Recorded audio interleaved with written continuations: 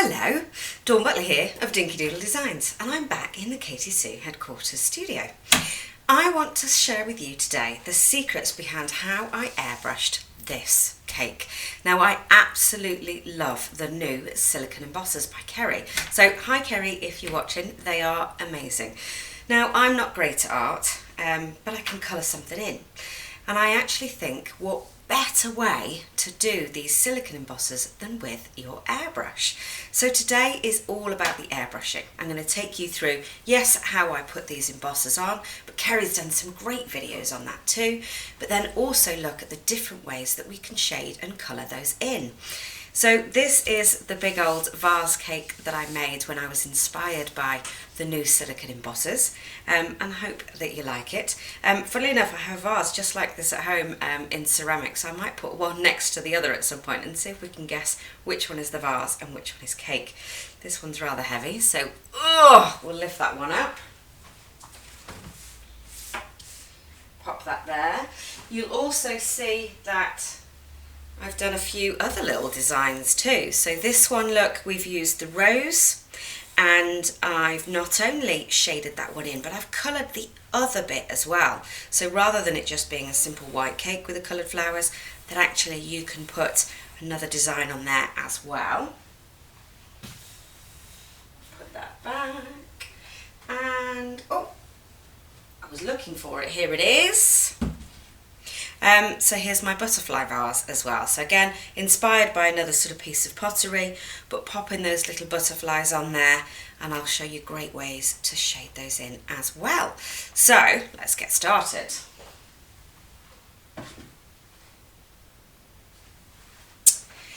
So let's demystify some of the things about airbrushing, because I know that there's loads of you out there that maybe have got an airbrush, but you're absolutely terrified to use it. Well, we're actually going to start with a bit of science. I feel like I should have a blackboard for this one because we're going to do a bit of drawing.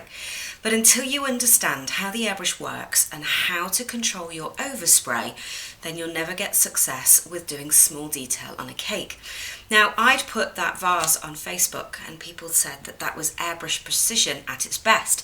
Well, thanks very much guys for the comment, but actually it really is simple once you understand your overspray and how to control it. So, I'm going to get a piece of paper and I'm going to get a pen, and we're going to show you what happens when you're looking at a cake. So if I pop that way around, there we go. Now then, here's our airbrush.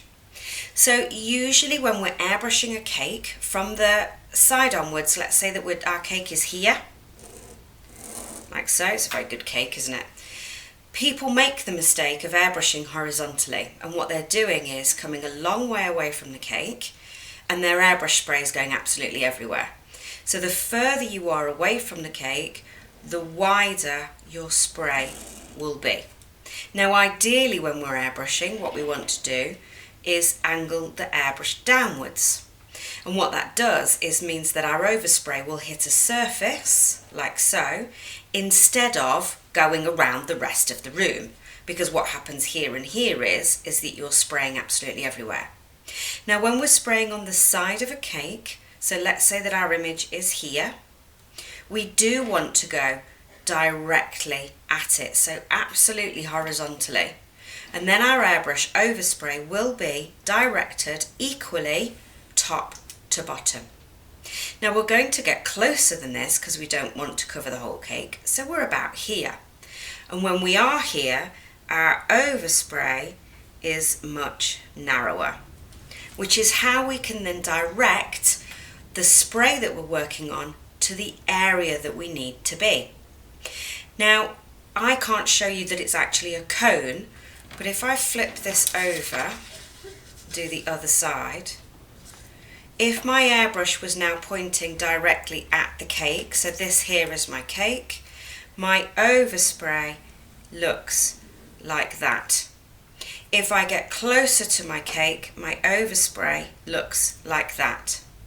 So by the same token, if I've got my flower here and I want to spray here but not here, then I'm not going to angle my airbrush straight at it. but if I angle it that way, I've now changed the angle of the spray from here to here, and I won't get anything on the outside. So it's about the angles that we're going to spray at today, whether that be pointing upwards, pointing downwards, pointing left and pointing right, or going straight on, to get the exact spot that we want to get on our cake. So that is really, really important today. So if I were to get out one of, as I reach for it, here we go. So these are the paper templates, basically, for the project, which I think is absolutely perfect. So literally, look, they've got a header and a bottom to them. Hi, Ceri. I was really tempted to draw a little moustache on it to see if you noticed, but I haven't as yet. So here's our template. Now these are brilliant. These are free and able to download, and actually, what great way to practice. So if I just hook up my airbrush. Now my airbrush, folks, the Dinkydoodle airbrush is a single action airbrush. You'll find, I think personally, a single action airbrush is easier for this project. So in the world there are only two types of airbrush, forget the brand. A single action airbrush and a dual action airbrush. A single action airbrush requires one action to make it work. So when I turn the airbrush on, I'm now getting airflow. The only action I need to make it work is for me to pull back the trigger. With a dual action airbrush, I would turn it on and I wouldn't get air, and I would need to push down on the trigger and pull back in order to get my colour. And then I would do the same in reverse in order that I didn't then get a squirt of spray next time I went for it. So for me, a single action airbrush is the easier thing to control in these circumstances. Unless, of course, you're an airbrush specialist. Dual action airbrushes are absolutely brilliant. But as I say, we're not airbrush specialists. So when you're filling the airbrush cup, this is one of the cups that you get with my airbrush kit. You actually get two cups. They're both detachable and can be reused. I've got the other one attached on another pen here. So this one's a pink 9cc cup, and then this one is the smaller 7. We're not going to need a big cup today, so I'm just going to attach the 7. Now then, if I'm a good distance away, so I am probably about 6 inches away from the project, when I go to spray, you'll find, look, that my spray is wide. So can you see I can colour in kind of the whole thing in one go. I've got a nice wide spray. Not really going to help me out when I'm colouring in smaller things. But if I go smaller and I go closer, then actually, if you watch, I know it's in yellow and not in green, but I just wanted to show you that actually I could trace the lines of something. So can you see there, I've actually just gone over and around that leaf. So this is very much just like colouring in with felt tip pens, only quicker and easier. So I usually put my elbows on the table to create a frame, and then you can actually just practice guiding your hand with the airbrush around to fill in the sections that you want. So again, I could go this way, and this is just paper, so it doesn't matter, does it? We're not making a mess of the cake. We can get real practice, and also if you can manage to keep the page dry, then it means you're not going to put too much airbrush pressure on your project when you're working on the cake, because it's also about how much I pull back this trigger. If I pull back the trigger all the way, watch what happens. Ugh, makes an absolute mess. So I need to gauge and control how much I'm going to pull back the trigger. And actually in this instance you'll find that it's literally a couple of millimeters, that's all. Now on my airbrush this silver section at the end is actually a lock, and you can dial that in and it'll stop you being able to pull the airbrush trigger all the way back, so it will help you gain control. Now this one then we're just filling all the way in. Can you see I'm going around the outsides first? I used to do this as a kid with a felt tip pen. Then I might come back slightly, widen my spray, because what you don't want to happen, we'll see if we can see it on this one, if I stay really nice and close, that's great for the outside, but if I try and just colour that in, then what you end up with is it looking like you've just coloured it in. The camera doesn't pick it up as easily as maybe if I was on a darker colour. You'll perhaps see again later what I mean. But we don't want it to look like it's been scribbled. What we want it to look like is it's a really nice, gentle blend of colours. But have a practice by downloading those templates. So if you click onto the website and click on the product itself, then you'll see that there's some helpful things to the side of it. Some of those are videos to help you learn how to put the embossers on, and then there is also the free download template guide. You don't need to size it, you simply need to hit print and it will do it for you in the exact size that you need. So that is a really helpful way that we can start. So bearing that in mind, shall we actually start on some cakes? And so turn my airbrush off, we'll pop that to one side for the moment. Now I've done a plaque here, so I don't want to do it on the side of the cake, because if I'm airbrushing, I'm going to be airbrushing here, that way, you won't see a thing. So we've done it on some plaques instead. I've just had this one done yesterday and covered it with cling film, so hopefully it's still soft enough. And I use, to put them on, a cake smoother. I think they're absolutely brilliant because the items just lay down and that sticks there then. And if I were to put that on the side of a cake, I would just rock it gently from side to side and you get a great impression every time, which is perfect. A plaque obviously is much easier because you know that you're putting it down on a flat surface, but it is still great for allowing you to make sure that you've got it all the way round. Now then, she says, we've got, can you see how I've got no pressure on that one? So let's just line it back up and put my pressure down. That's more about my sugar paste being hard than anything else. There we go. I'm going to pop a couple of leaves in here, and I find it really easy to match up where I'd like my pattern. This one here, I'm just going to go with half a leaf. So I'm holding on to one half of it, look, and lifting it, and then just putting the other one too. If I found I'd over embossed and I'd gone over the petals, all I would literally do is measure up that again and just simply push down where I'd overdone, and it'll re-sort that out. We can have another leaf down here and a leaf up here, and let's try again. As I said, I did this board yesterday. I've covered it in cling film, but it is a little bit firmer than I'd like. There we go.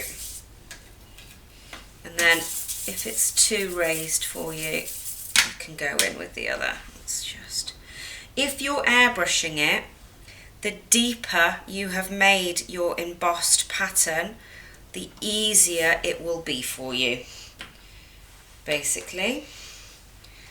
Let's do another one over there. Give it a good press down. As I said, this is so much easier. Yeah, my sugar paste is starting to crack a little bit just because it's too firm. There we go.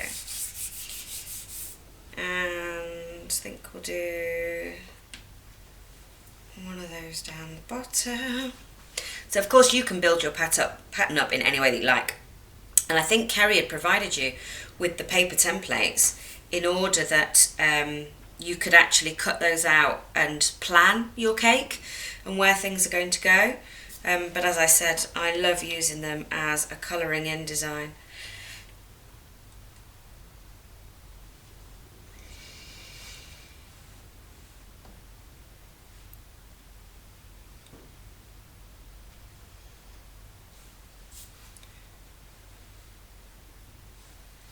Just going to do that middle one a bit more.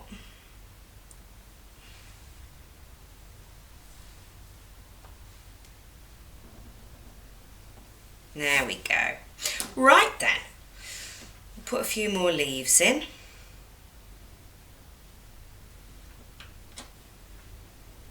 So easy. By the way, I store mine, so I would take one of these and laminate it, and then all of the bits match up and they stick because you've laminated it, so that you can keep everything nice and neat as you need it. And then I put it in a little wallet, but it just means that things stick down. I know where everything is, so that I can keep it all nice and neat. In a wallet it goes, and then I know I've not lost any of it.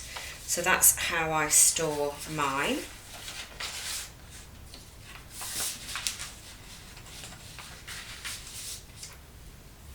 Okay, I don't know which leaf it was I used now. Let's go with that one. There we are. Right then, so let's start taking a look at how we're going to airbrush it and what the design is. Well, ideally you could probably have two reference ordinary pictures of flowers, so real flowers, and see where the darkness bits are, see where the light is, see where the shading happens. We've got two things to consider. We've got the genuine shading of the actual petal, so whether it turns from light to dark on the outside, or whether it's dark at the centre and light on the outside.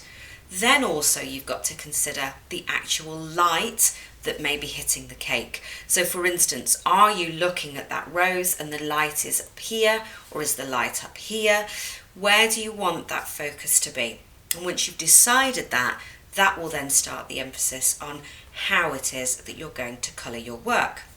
Now, I've got yellow in the airbrush, so let's just get rid of that for a second. So this is just a cleaning station. It is a little pot and it's got a filter in it, and a little sort of top to it here, and all you're doing is just putting in your waste colour, pulling back the trigger, and instead of it going into the air or all over your hands or on a piece of kitchen paper, it's going into the pot. So really, really useful. Now I could have gone from yellow straight to pink, but it will turn a little bit coral, so just for speed I've rinsed it through with water. When you open bottles of colour, you do them over there and hope that they don't spit all over Ceri's work, because it's that can make a mess of your work. It's actually the fact that you could end up spraying onto your work or spitting onto your work that causes the problem. Always, always, always, folks, have a piece of kitchen paper in your spare hand. I'm going to check my colour. Do you see what I mean about it being that coral sort of orangey colour, which is lovely. Coral's very in at the moment, but I wanted to wait for it to go pink. Okay, now then, let's take the first technique that we've just done on the piece of kitchen paper. So I've got my arms in an A-frame. I'm going to come nice and close, and I'm just going to gently shade this in. You see how, with it being now embossed, it's actually creating a moat. So colour is going to find it very difficult to go up the other side of here. But let's say for instance that I'm now coming round to this bit. I'm left-handed, and if I point this way, my overspray will go down and it will go up and over the trench the other side. So what I actually need to do is turn my project round, and I need to spray towards it. Can you see now how I can go right round the edge, like so, and I've not got one single piece of colour here at all. So let me just add it a bit more so that you can really see where I've coloured in. I'm coming a little further away as I want to just colour a little bit more detail. Let's go with the edge of this petal. Now it must look to you like I'm aiming for the leaf, and I'm not. It's about knowing where your spray is going to hit when you're at this angle.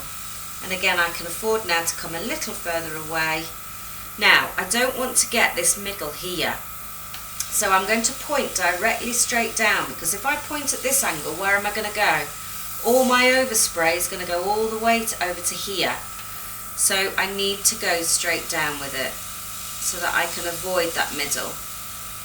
Now it's worth noting that if you spray somewhere that you don't want to get colour, just take yourself a little Q-tip, a cotton bud, a bit of alcohol, and you'll just be able to wipe that away. So it's not the end of the world, don't worry. Now again, I'm going to go around this petal. Now if this is on the side of a cake, it's you that's going to have to change the angle and position that you're spraying in. You can move, you can rotate the cake, but you can't turn it upside down, you can't completely flip it round. But you can, by you moving the angle that you're at, then just make sure that you're not getting spray everywhere. And it's just about remembering.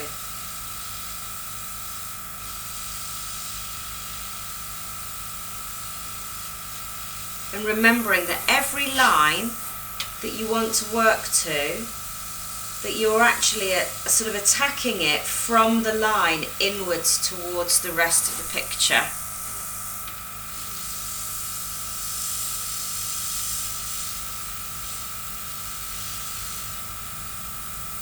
And nice and gently does it. You see, this is darker than the rest of it because I pulled the trigger back more than I had there. They're petals and leaves, so things are a sort of different colour, as it were.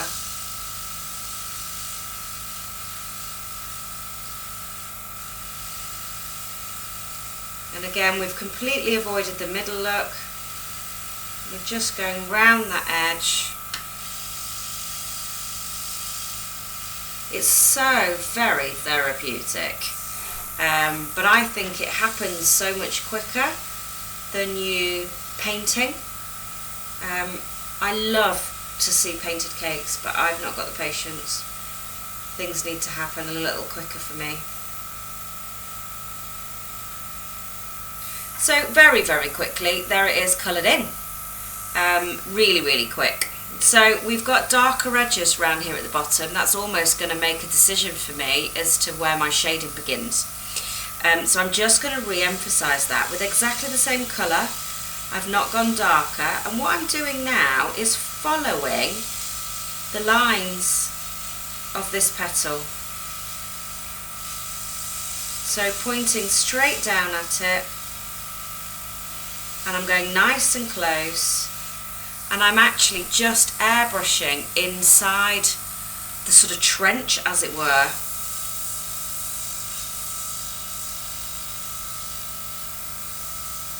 Just following round. I'm pointing straight down now because I want a straight line. I want a defined thin line, and you can only do that by getting nice and close.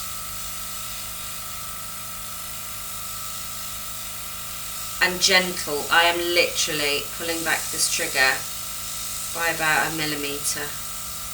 Once you've got that in your muscle memory, it's really, really easy. If you're worried about that at all, then a piece of kitchen paper in your hand, have a practice, gain control, then move your kitchen paper whilst you're still spraying, and then it will stop you doing this in the middle of your cake. And if you can always sort of start somewhere that if you made a mistake it wouldn't cause too much problems, i.e. that it wouldn't go over the edge, you can blend it into part of the petal, then you'd be good to go. We must have had another colour in this airbrush before, because it's now changing colour on me. It's going more plum. So I don't know what was in there. So So ideally a clean airbrush is always helpful.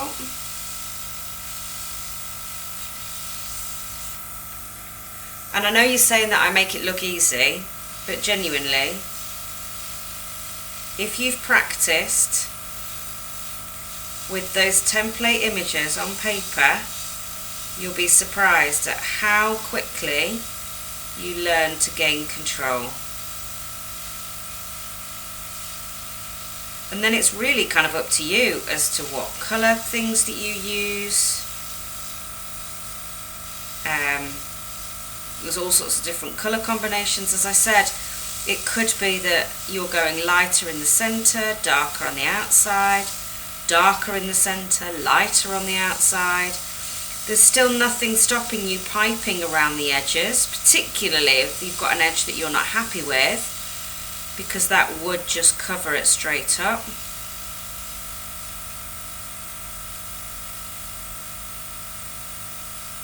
But you can quite simply just colour it in. Dead easy. Right, I'm going to get rid of this colour for now, and we'll take a look at other ways in which we can do it. So again, I'm just going to rinse this through with just water. That's all I'm doing. So I've just got a little bottle of water. I would only clean out the airbrush properly at the end of the day. Maybe once with a clear alcohol, once I think it was kind of clean. So I'll just put that to one side for a minute.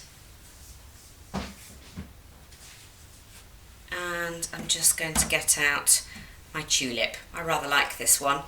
I love the leaves on it. I love the design, so it's really quite pretty. Now I'm going to take this on one step further. So yes, we've gone nice and close, and yes, we've just coloured it in, but it can actually still look like you've scribbled with it. So we can get little blotches of colour left and right, maybe uneven sort of colour, particularly if you've gone quite close and getting that very fine line. It'll be pretty, but it won't look like it's almost been sort of graphic designed and digitally done. So a lot of airbrushing looks amazing because you haven't actually touched the cake. And this is what I mean. So this is where these templates really come into their own.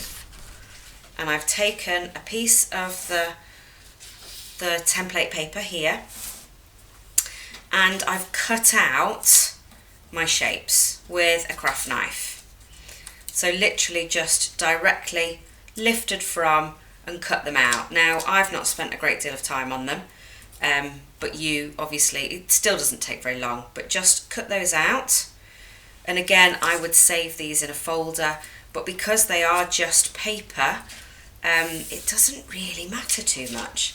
Now I've cut them out with a craft knife, and I've cut them out as neatly as I can because I'm going to need both parts. And by that I mean I'm going to need this with the hole cut out, and I'm going to need the actual flower that I've cut out as well.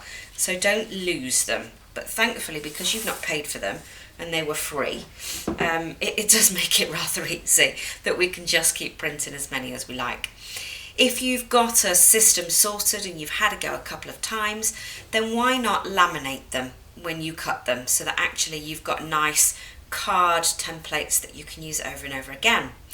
Now, because you've now got control with your airbrush and you know exactly what you're doing with it, you can keep a piece of paper dry. So actually these templates can be used over and over again. Now then, what makes airbrushing really great is when you don't airbrush the project at all, you airbrush the stencil. So here we go. I'm going to put yellow back in the airbrush, and again I'm going to need to check that colour, aren't I? So here's my piece of kitchen paper, and there is my yellow straight away because we rinsed through. Now I've lined up here my tulip, and I've just cut it slightly larger, but it's okay, we can move it. Now I've also got a leaf that's quite close. Can you see how I've cut out here and I've cut out here? So let's get another piece of paper and let's just block off that one just there. We could get another piece of paper and so on and so forth, but that will do me for now. Now can you see that my image is slightly larger here and it doesn't fit my tulip quite right? That's absolutely fine. What I'm going to do is concentrate on the right hand side of this picture first. I'm going to check my colour again, just always making sure that it's okay. And I'm now coming quite a distance away, so I'm about 3 inches away, and I'm concentrating on airbrushing the piece of paper, not the tulip itself. And I'm just going round the outside. Can you see that I've got to watch what's going on here? So my fingers in the way should be enough to protect it. Now you know why my fingers are always a funny colour. I can come even further away when I'm dealing with the centre, and I'm just going to readjust, look, that top to help me out just there, and then I'm going to readjust to go down this side. I'm pointing this way, so I shouldn't get that leaf. If I was pointing straight down, my overspray is going to go that way and that way, isn't it? But this way should allow me to just catch the edge, and it's ever so slightly too big at the bottom, but it's alright. And then I can spray in the centre. Now there is our very, very even colour. Very, very even. And again, look, we've not gone round those edges at all. And that's so much easier to colour in because we've got our guides and our template. The only thing we have to bear in mind is that we've still done it slightly in sections to just compensate where I've not cut properly, and I'm also watching out for anything that I'm likely to spray. Look, if I didn't have this piece of paper over, you can see where my overspray went, look, that I would have caught this leaf as well. So just bear that in mind when you're working. So that was very easy to do our yellow. Now we can do the leaf as well. Now I've got yellow in the airbrush, I'm going to add some leaf green. Now all these colours are fractal colours, so they're available on my website. These are what we call the flow air colours, so just normal ordinary water-based colours. But I love the pigments in them, and they are very, very easy to use. And you're getting a great big bottle, so they'll last you a long while as well. I'm just going to, it's leaf green that's in here, but actually I find that too bright for what I need. So what I love about these colours, look, is I can just drip. So one drop at a time and gauge how much colour I'm putting on. Now I'm going to move my little disc to one side and take a step backwards, because I'm now going to mix the colour. So I've got yellow in there and that drop of green. I'm going to block the end of my airbrush with kitchen paper with my finger, look, really blocking it. And now I'm going to pull back the trigger. And when I pull back the trigger, what you'll find is that you get bubbles in the cup. And what I'm doing is really, really mixing that colour. But you mustn't have it, I don't know if you can see it from there, you got it? There's the bubbles. You don't want it near your project, because it will spit out as the bubbles go and go all over the place. So it's always a good idea for a step back. There, look, I got Ceri's templates, look. So yeah, so always take a step back and don't get it all over the project. Let's move this back in place. And I've also cut out some leaves. So let's start with this leaf. Again, I'm lining up. I'm using my paper now, look, to check my colour. So we've got a nice sort of spring green, and I'm gently going around one side where I've lined up that. Let's just make sure it's spraying properly. There we are. It wasn't spraying for a minute, so a good idea is always to block it with that kitchen paper again, blow some bubbles, and you're back up and running in no time. So just holding down that centre. Like I said, can you see now why my fingers get covered in colour? And there we have it, that's nicely coloured in too. Let's take the long leaf.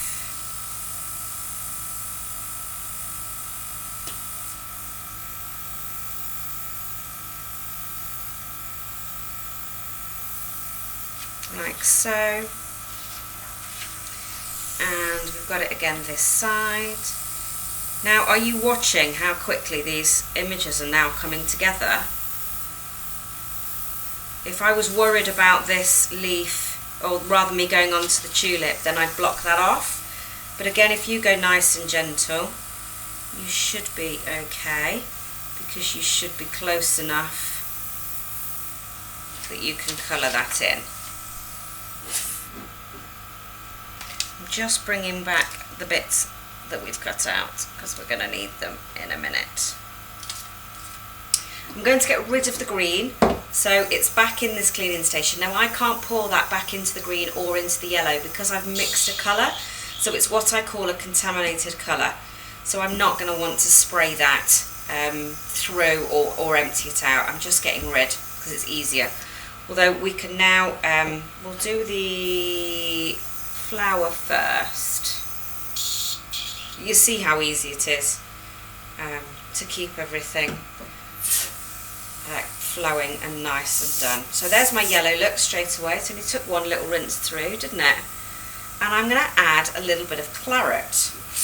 So I love this colour. I find the red is sort of like, you know, very red, whereas this is just a touch warmer, and it makes a really nice colour when it's added to. So there we are. So I've changed my colour now, and it was only just one drop of that. That was all that was there. So I'm going to put my outer image back, and I'm just going to go around the outside of the top and look at where I'm concentrating on spraying. So I'm a good distance away, look, but I'm concentrating on spraying the piece of paper. My overspray is doing the rest for me. And how lovely is that?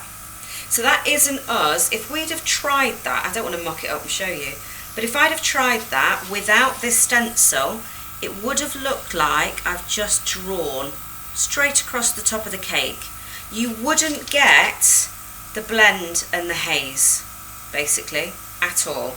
Okay, so that's fine for the top, and I could, if you wanted to, just take that ever so slightly down the side. Exactly the same principle, look. I'm concentrating on airbrushing the piece of paper, not anything else. But we now need to add some definition to this part of the flower here and this part of the flower here. So pop that to one side and take my flower. I'm going to cut out into this flower template that I've already got. And I'm going to decide where my shading is going to go. And again, I've got to do this neatly. I can't hack into it with a pair of scissors because I may need both parts. Like that. Now then, when people start cutting into stencils, they quite often put the wrong bit down and don't know where we want to go. If I place, let's put this back in the middle. If I place this down, then I'm going to shade this petal that's inside and leave this petal highlighted as lighter. However, we've tinged the edge of this petal. So I want the edge of this petal and this petal to be done. So what I actually need to do is put this section down and then do exactly the same. Now if you're worried about the outside and getting something where you don't need it, just pop this stencil back. Again with the airbrush, checking that my colour's okay. I need to hold it down because it may blow somewhere.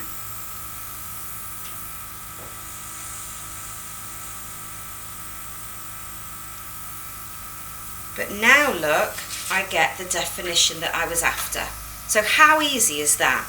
We've allowed this to stay clear so that we've not coloured it in, and just by cutting that piece of paper we've been able to airbrush this side and this side.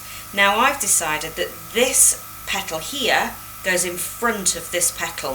So it's that one that I now need to concentrate on next. So move that to one side and take this. Folks, have you guessed which bit of the one that I'm going to need and how I'm going to cut it? So we're going round here. And which one is it that I need? Well, it's this one, isn't it, that I need to be red.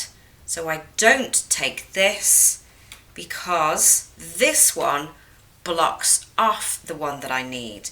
If you felt that you were worried about what you were going to overspray, then pop that back down to protect it and you are good to go. Now you'll find on a side of a cake that you just need to hold them in place. If you're very careful, a tiny little bit of Trex on the back will just help you, but you need to not affect the colour that's already there. There it is, look, as simple as that. Easy peasy, innit, when you know how? So just looking now at that flower, I just want to take a touch more shading there at the bottom. We've also got, if I can make sure I've got all the pieces of paper, and put them down in the orders that they are in so that we don't lose where we're at.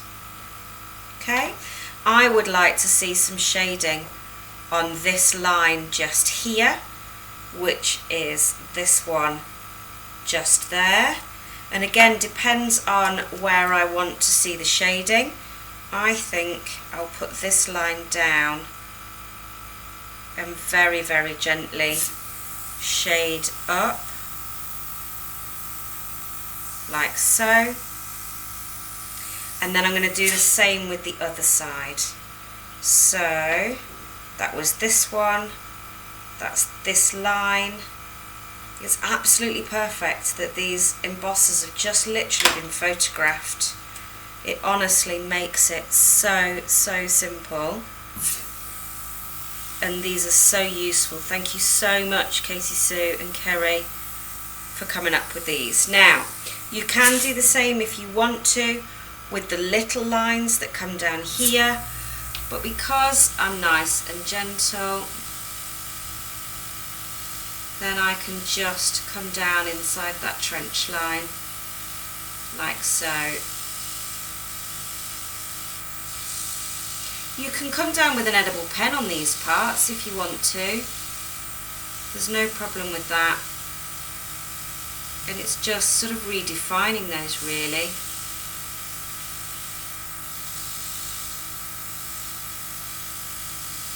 You've just got to remember that you've got to be really close, because you'll get everything else as well whilst you're at it.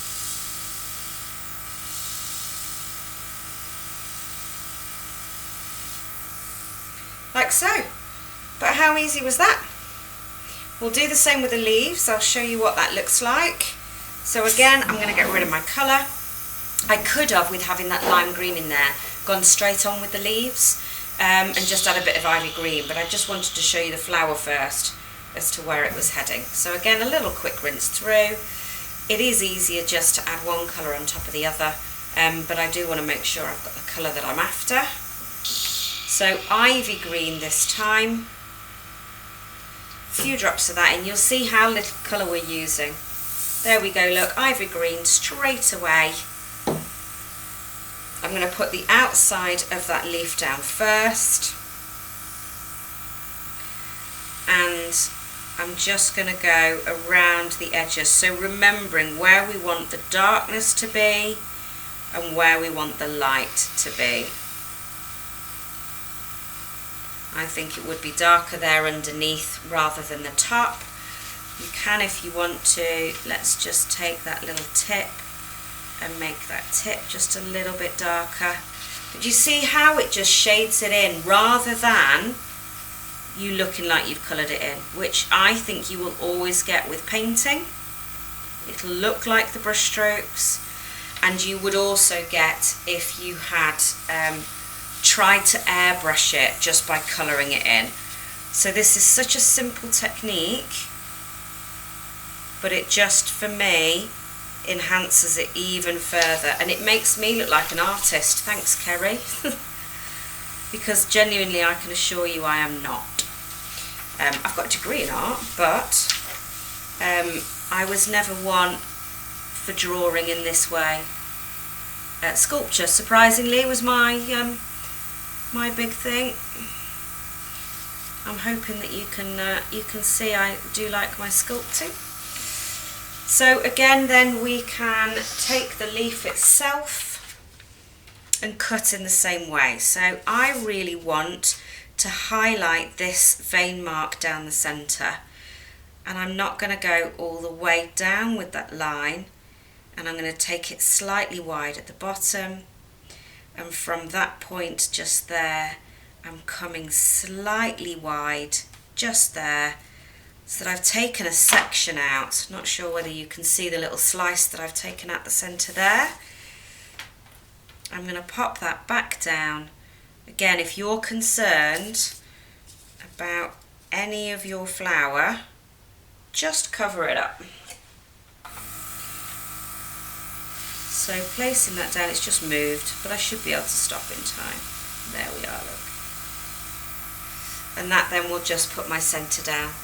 So if you're worried about sticking to those lines, you literally can just cut them out. Where's the other leaf gone? That was one.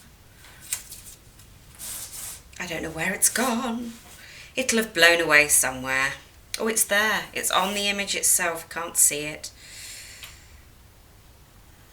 So I'll just do this one.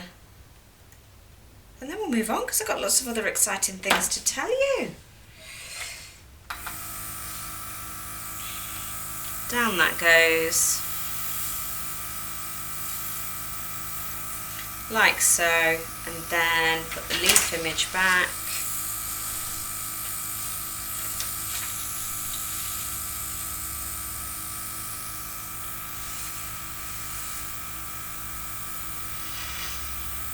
So again, if you're worried about going over anywhere, if you're worried that you can't stop in time for that, just cut that section out. It's absolutely no problem at all.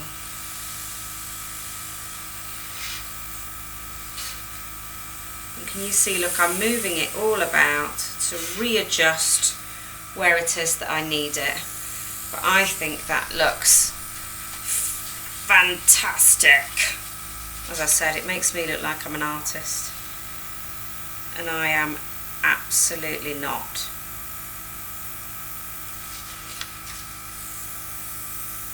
We'll take out one more line on this other leaf just so that I've finished it properly, because I know the guys here, the minute I put something down they photograph it, so I want it to look nice.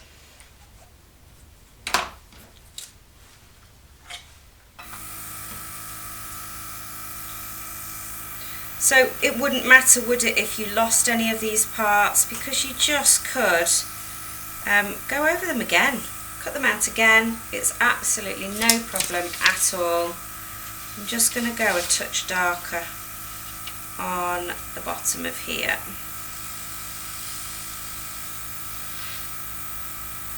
Like that. And there you have it. Nicely airbrushed, nice and quickly. So we'll move on to, let's put all these bits away, stuff that I don't need. I can't tell you how much I love these paper templates. It's exactly what airbrushing these on meant. And again, if you're not great with a paintbrush, you're not steady with a paintbrush, it's absolutely brilliant to be able to just use these templates and airbrush over everything. So there we have it. These are the butterflies that I've done earlier on. Absolutely love these. And in the same principle, I've basically cut out some of the butterflies. Okay, so let's take a look at the one that's in the centre. Now again, this has gone quite close to the edge of the piece of paper. If you wanted to, you can just stick yourself another piece of paper and sellotape it down, just so that you know you've got a big enough border. If you're doing it on the side of the cake, the border is really helpful, and I would do one the other side because I can then wrap it around the cake, and then I've got both hands free then. One with a paintbrush, one with my airbrush, and it allows me to airbrush and pin it down, airbrush and pin it down, airbrush and pin it down, because you'll find you'll never get full contact on the side of a cake. So let's have a look at what colours we can do here. I'm going to rinse this through again, and I'm going to go with a little ombre this time. What I love about their butterflies is they're so pretty, but when you're painting them, it's quite a solid colour, and I want to sort of get butterflies that really are shaded, that the little details in there have just sort of been concentrated around the edges and lighter in the centre and so on. And I think the easiest way to do that is with an airbrush. So we'll go with some pink to begin with. Let's make sure that there's my pink. That's absolutely brilliant. Okay. So, holding this down, I'm going to just make sure that I have just put another piece of paper there, just in case. Again, I've not cut quite neatly enough, but it's okay. And I'm going to start over here, so I'm using the piece of paper as my, what I call my walk on, walk off.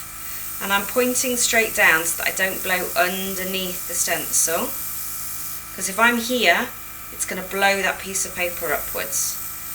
So we'll do that. I'm going to actually just switch out my airbrush, because I can, and I have more of them. Pop another one on, because I might want to come back to that colour, and I'm literally going to put a couple of drops of another colour in there. Check that my airbrush was clean. There we go, I've got my lilac. Come back and now go over with another colour, backwards and forwards. Again, I'm going to switch out my airbrush because I can. Pop another one on. This is great, you know, when you want to come back to colours and you don't want to empty out, it's absolutely brilliant for this. So particularly if you're doing lots of butterflies and you want to come back to them, you don't want to rinse through and then go with another colour. I need those sat in my airbrush ready to go, and every time I do a different butterfly, I can go back to those three colours, which is absolutely perfect. So whilst you were above, you couldn't quite see what I was up to with switching about, so let me show you. So there, look.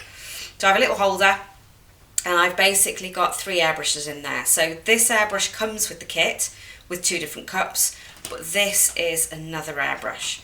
This one's got a slightly larger needle, so great for thicker colours or maybe even cocoa butter, and it's pink, so that's nice. There will be other colours with different needles coming out shortly as well, but really, really helpful. Also means at 3 o'clock in the morning, when your airbrush is blocked and you don't know what to do about it, and I'm in that half an hour sleep that I have every day, so you can't get hold of me, then at least you can switch out your airbrush and start again. So, back to this. How pretty is that? I think it's dead pretty. So look, we've done a really pretty ombre, and it was stenciled in there, which for me was absolutely fab-a-rooney. I've then taken the next bit, so it's another piece of paper, this is, because I wanted to leave the rest of it intact and give me a border. So another little piece of paper, and that then is part of my stencil. Now I couldn't cut out this bit and this bit at the same time because it wouldn't be enough border for me not to airbrush one over the top of the other. So let's just pick up a pen. Now we're not going with those colours again, so I will get rid now, but I would have obviously needed them. And I think we'll go with some of these iridescent colours, which are really, really rather pretty.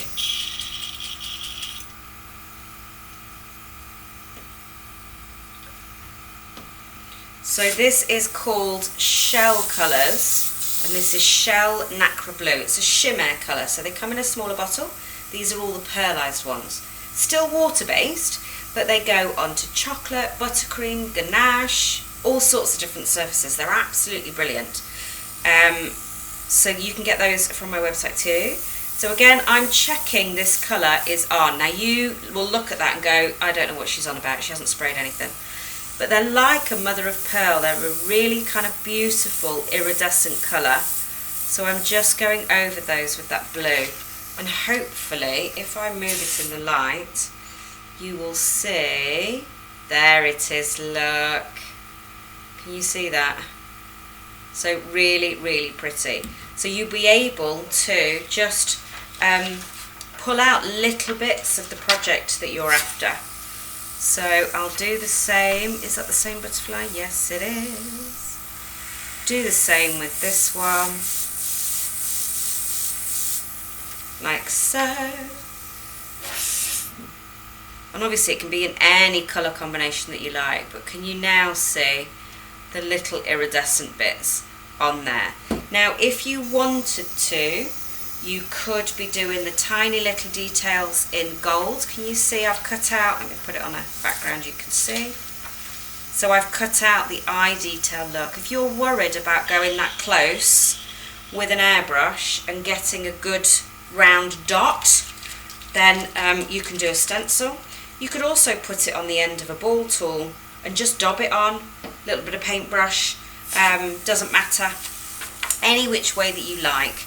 But I've got some gold in here, so we'll just go nice and close.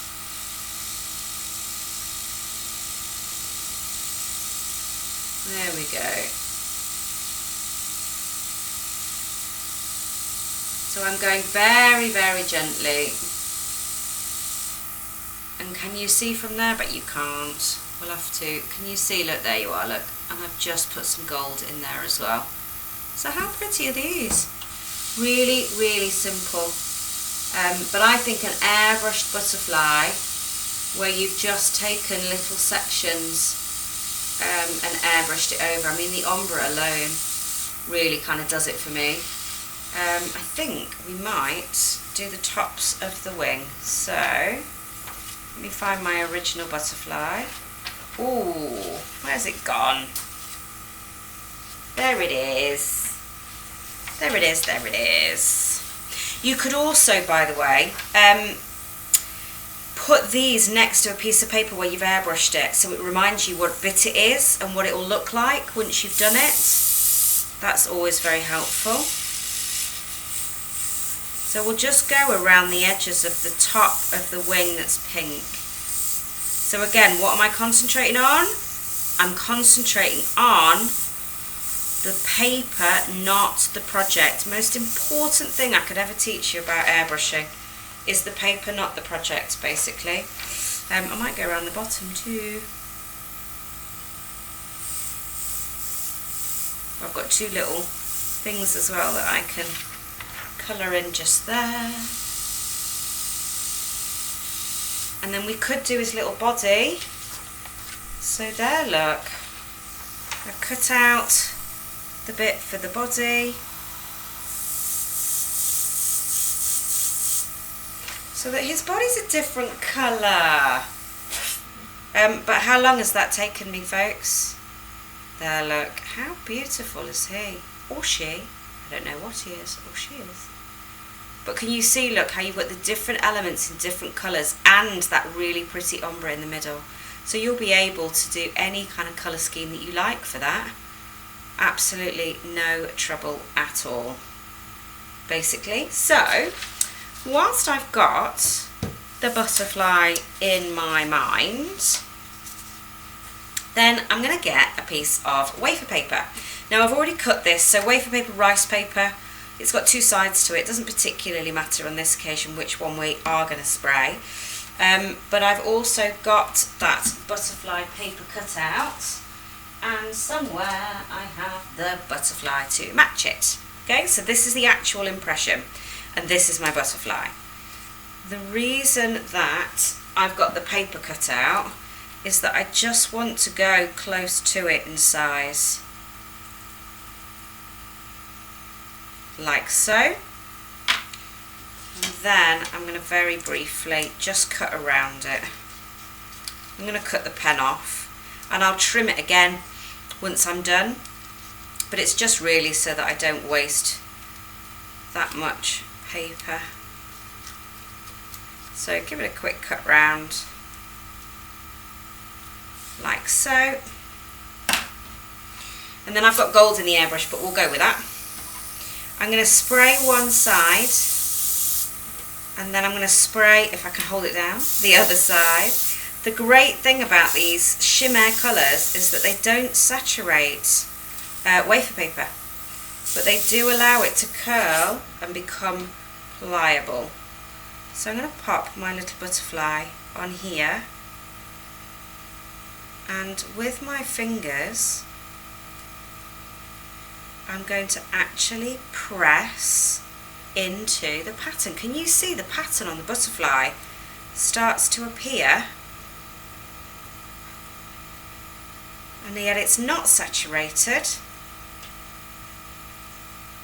Once it's a couple of seconds sort of sorted itself out, you can really push in. And look, we've not damaged it, anything like that.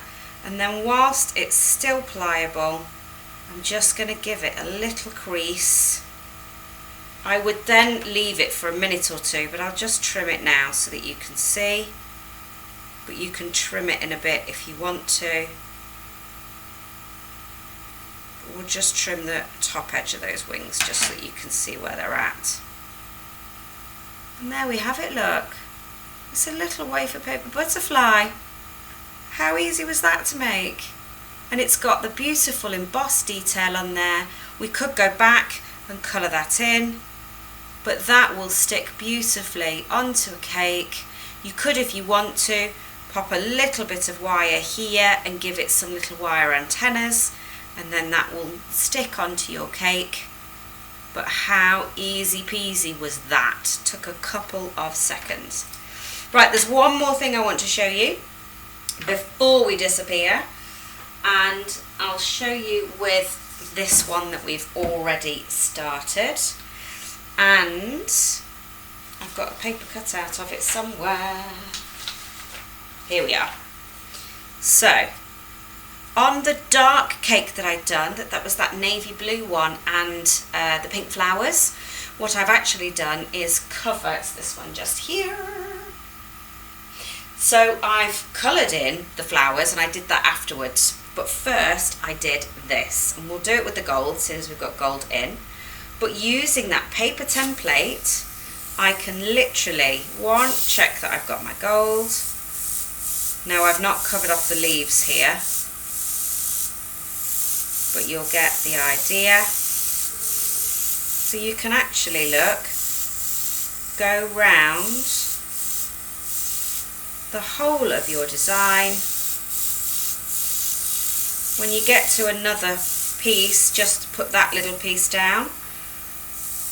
But other than that, look, you're literally just colouring in and allowing the two differences to happen. So it's really easy. I mean, if you wanted to in this exactly the same way, look, you don't actually need to use a border. We could just go around the outside, but if you're using a much darker colour like that blue, then you may want to stop any colour bleed and simply use that as a template, and it will allow you to go round and shade the outside. So, in a nutshell, we have airbrushed on the inside, we've coloured it in. We've used paper templates to use a brilliant technique for shading and making things look absolutely immaculate. And then we've gone around the outside and we've even made wafer paper butterflies too. So hopefully this has been a real insight for you into airbrushing and how easy it genuinely is. And of course, don't forget, if you've got any questions, I'm always on hand to help out with any airbrushing queries. but hopefully you've enjoyed it and it was a different way to use the silicone embossers. I've been Dawn Butler of Dinkydoodle Designs for KTC. Thanks very much.